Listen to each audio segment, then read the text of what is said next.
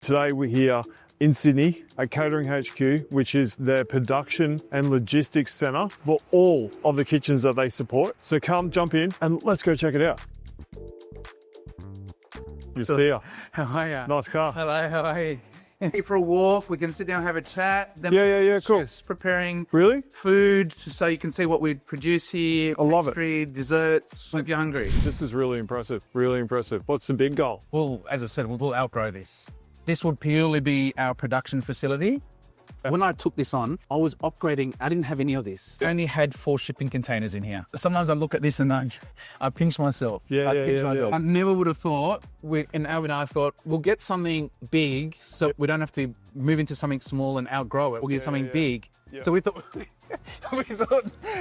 well, this is going to take us ages. No.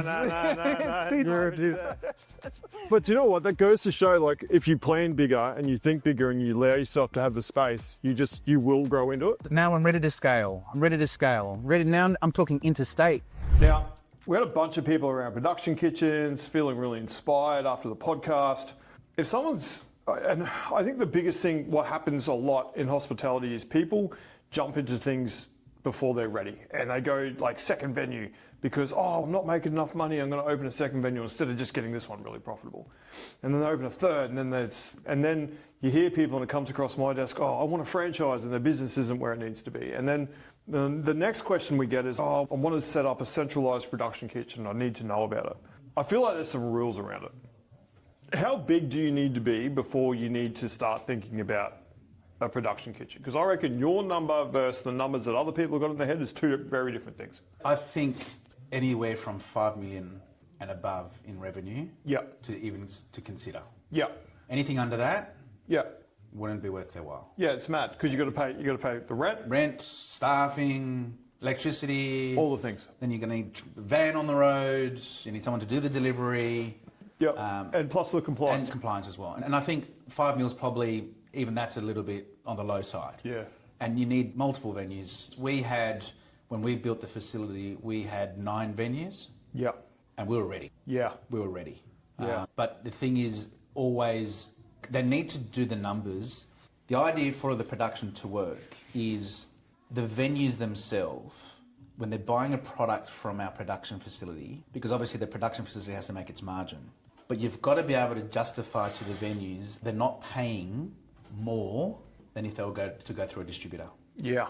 So when we go through our process, our lamb shanks, for instance, that we've got here in front of us. That's the only thing we haven't cut into. Yeah, so I'll use that as an example then. That if I'm buying my lamb shank, I'm buying the raw material, I'll do my recipe in my batch. Yeah. I look at my labour hours, add the margin to it, and then when I sell it to the venue, it's got to be the same price or cheaper than if I was to buy a sous vide product from a meat supplier. Ready to go. Because our venues are on KPIs. Yep. So I can't have, if one of my chefs or one of my venues are not meeting their cost of goods, I can't have them saying, it's on you. Yeah, they're saying you're charging us too much because I can buy it from X supplier at a cheaper price. Yep. So you've got to do the number crunching. You can't rob Peter to pay Paul. You know what I mean? It's every part of the business has to be profitable. Yeah. Now, I'm going to frame this up because if you're listening to this, you're like, it's all his business. But what Steve's talking about here, let's break it down, is every single business needs to run their own profit and loss, and every single business needs to make money. Now, even if you couldn't do it cheaper for your own business, you shouldn't be doing it at all anyways. Absolutely not. Because I wouldn't do it. I would either find... You'd find a supplier, right? A supplier for them to go direct to the venue. Yep. Or less headache. I'll take that off the menu and I'll find another product that I can to put on the menu. So when we do that menu engineering, every time we go through this process, we do that analysis. We want everything to come through our venues, through our production facility. Yep. But if I've got to change... it needs to do it for a profit. Exactly right. It's got to make a profit to the production. Yep. And the venue has to make a profit and meet their margin on that product as well. Yep. And if someone's thinking about doing it, I would imagine you need to probably rethink your menu as well. Because I think a lot of menus are designed in-house, a lot of menus are designed for a purpose. I feel like menu design would change when you start doing it at scale. Absolutely. Yep. Yeah, and because everything we do now, we do it in massive batches. Yeah. And we do it with the seasons. So we change that. Because you will see all the B-roll of this, but like all the steak, all the chocolate up there. Absolutely. Everything we do in massive batches. So when I'm doing my lamb shanks for a season, Yep. I'm not just doing 100 kilos today, and then I will do a batch, it might be a ton. Yeah. So we do in massive batches, in which we hold it for a season. So we're sous videing it, we're blast chilling it, and it sits on the menu for the season. And you're ready to go. We're ready to go for that season. Okay, now, so someone's here, they've got, say, $5 million, which I agree, I think even 5 mil is like borderline. It is borderline. Because even if you're running, say, 20% profit at $5 million, over, say, 5 different businesses, $1 million, when you start looking at a new set of rent, new set of wages, new set of everything, that'll disappear pretty quickly. So you need to be thinking about scale. Yeah, and look, and that's what we did. Back early days, I started with just my meat. Okay. So I started by abattoir, and I used one of my venues, one of my clubs, as my central kitchen. Yep. And I started, so we used to get pallets of meat coming. Yep. The first issue was we had to unload these pallets because it was not we didn't have no forklift, so we're unloading. So manual, yep. Manual, and then we used to take it to the kitchen, and then we used to portion it and cryovac it, and then send it to the venue. So we started testing it, and I knew very quickly that wasn't sustainable. Yeah. So then we started looking for a production facility. When we first started the production facility, I didn't come in and I fitted it all out with the amazing kitchen and cool rooms and freezers and spent my millions and millions of dollars in the facility. Yeah. I started small. Yeah. I took on a large venue, but I started with shipping containers. The shipping containers were my cool rooms and freezers. Yeah. And I got into a rhythm, I got into a system. We built the kitchen facility. And then we slowly grew it. We did it in modules rather than going and saying, we're going to do all now. all of this today. We did it in stages. And that's everything I do in business anyway. I do things strategically, but you learn from it because you make your mistakes. Yeah. Right? Yeah. So you go through that process. So if someone's, from what I hear from that, if someone's sitting 5, 6 different, say, locations, maybe pick one thing to bulk prep in one, pick one thing to bulk prep in the other, if the kitchens allow for it, and then share it around between the group is a good stepping stone. Yeah. Because they'll learn from that process. Yeah. It's about putting those systems in place.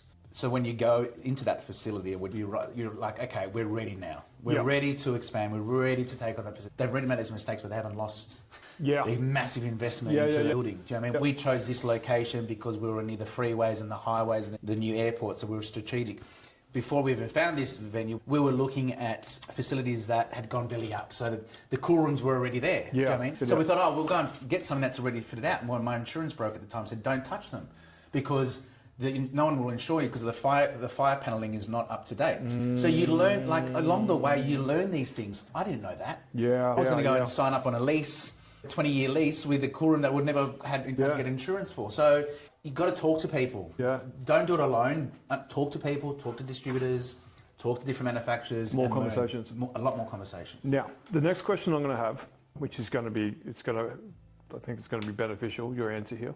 The next question that I get is, how do I track all of the food between the different locations in regards to, I'm cooking over here, how do I sell this product over here, and then how do I keep my food costs from business to business? So Hospitality Genie, which is my favourite software.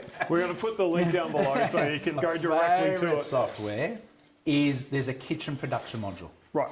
So everything you see here gets built in our kitchen production module. Okay. So we're costing out every part of the dish. Yeah. We're tracking the yields. Our pork belly, when we sous vide it, it's shrinkage. Yeah. So there's waste. I'm cutting my rump steaks. We've got how do I track that trim? We put that in our kitchen production schedule. So when we're allocating, I've got 100 kilos of rump, 20 kilo goes to trim. That trim gets tracked because then that trim that is the cut off, which I don't sell as part of the steak, goes into my mince. And the mince goes to my burger. You can move that across in the software. Absolutely. And everything is tracked through my kitchen production schedule. And then if you say you got to send a rump to this location and like 100 kilos for the week or whatever it is, you can just hit a button and it just goes over there. So the venues will place a purchase order to our production facility. I need 100 kilos of rump steak. Then Genie will invoice that venue. I treat it just like a customer. All right. Now, this is all good. How do you track quality control? Because obviously if something, quality control, like we're doing a testing today, it was like, you said, don't eat before we come in and fucking not going to eat for the next week. But how do you if something happens in the kitchen, in the production kitchen, and it gets shipped out to a venue, and then someone gets sick? We all know. Nobody gets sick in my venue. Well, no, but this is the thing. It happens, and usually it's not the food, but it's something else. But someone gets sick. How do we know where it come from and what batch it? Because if it happened at this venue, it could happen at the others. We're fully HACCP accredited. Okay. Now, for everyone out there who doesn't know what that means, can you explain that? Hazard Analysis Critical Control Point. Okay. Which means my rump steak that came from the abattoir. Yes. We get a ton of it that gets delivered here. Yep. So every box has got a date and a code on it. We enter that into Genie. Okay, so it's getting tracked all the way through. Supplier. So from their supplier till then it lands here. We add our GTN on it. So it's a tracking number. What does GTN stand for? Goods tracking number. Oh, GTN. We've added the GTN to it because we know, okay, this is that batch that came from the supplier. Yep. When our production chefs or our butchers removes that box from that batch, yep, he tracks it that he's now going to portion this 20 kilo box on this GTN number. He portions it up, he cryovacs it, he puts a production sticker on it, which has got now a new GTN because it's our GTN number that is then being sent out to the venue. So if a customer we get a complaint, yep, we know the chef at the venue looks at the packet which has got a GTN number. Yep. We go back and we can track it exactly what product it was and where what batch it come from. Absolutely. And then you can call the other venue and be like, hey, you got to get... That's part of that HACCP procedure. So it's making sure that every step of the way is tracked from the moment you receive it all the way through. All the way through. And you would almost to the point you know what staff here would be working on it. Absolutely. Because when they're completing a product, they put their name on it so we know exactly who made that product. Yeah. Okay. So everything's tracked. How many times does that sort of come back? None. Once, that's probably the right I'll be honest with you, and this is something else we learn every day, where we buy beef from Kilcoy in Queensland. Yep. And rump steak is one of our most popular because it's good steak. It's a good steak. Yep. And we had a batch and everyone was complaining it was tough. So I went back and I looked at the date, the pack date, because we wet age our beef. So we get it, it's a pack date from the abattoir 1 week old. Yep. We bring it into our facility here and we wet age it for 6 to 8 weeks before we portion it up and sell it to the venue. So the eating quality is really good. And it was tough. I'm like, we never get complaints. So I looked at the batch and I went back to Kilcoy. And it was during the floods and the storms and the paddocks were all flooded. And when they've got to get the cattle off the paddock, they couldn't just direct them to walk. They had to drag them off the paddock. When you drag... It's all bruised. It tenses up. So when it tenses up, the meat becomes tense. And that if it wasn't for that tracking, we would not have known and the supplier wouldn't have told us the reason behind it. But there's a reason why we track these things. But it's something that I learned that I actually never knew and never even thought of. I just learned something today too. Yeah. That's amazing. So there you go. I digressed a little bit there. Okay, so Hospitality Genie, that helps you track... everything. So you can track you've got your production, kitchen production, but we also can do schedules as well. So if we know, our head chef in production, if we know we've got a big weekend coming up or there's a big function coming up, he can put a schedule in. So the butcher, when he comes in tomorrow, he'll look at his kitchen production scheduler and say, prep. Well, he knows what he needs to cut. Yeah. Absolutely. Okay, so we've got 2 big weddings this week and this is on the menu and this is so cool. Okay, so Genie does production kitchen. Now, I hope that makes sense from all you guys out there who are like, oh, I want to do a production kitchen. I just want more info. The more info is, if you're not doing 10 million bucks a year, you probably just need to pull up stumps and just have a bit of a think around what you're doing and why you're doing it. And then consider what your growth target is and you should be very strategic around it. Start slow. So I think that's probably one of the biggest takeaways there.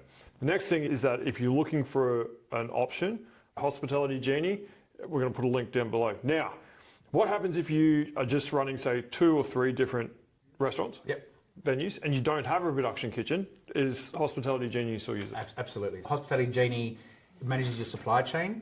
So all your supply chain, all your recipe cards, your financial daily cash ups, your compliance checklists, workflows, customer surveys, asset register, maintenance requests. It runs your day-to-day business. So our teams at a venue level, all they use is Hospitality Genie to run the day-to-day operation within venue. Yeah, and it's got reporting in there as well. All reporting and dashboards. So it's live data. It integrates with your POS. And everything is tracked through there. So if this rump steak sitting in front of me, so I'll keep on using it as the example. I buy 10 portions of rumps. I sell 5 today because it's integrated through Genie, through the POS. When I go to place an order with my supplier or within our own production facility, it'll say, we had 10, I've sold 5. Yep. The part level is 10, so that means I need to order another 5. Yeah. So it tracked because it's all linked through your pods. Okay. So it gives you live data as far as your cost of goods, what your labour rate is, what your compliance standards are, Yeah. and what your customer feedback is, all through Genie on your dashboard. So it's a great tool for a restaurant, cafe, any type of hospitality business. They don't need to use a production module.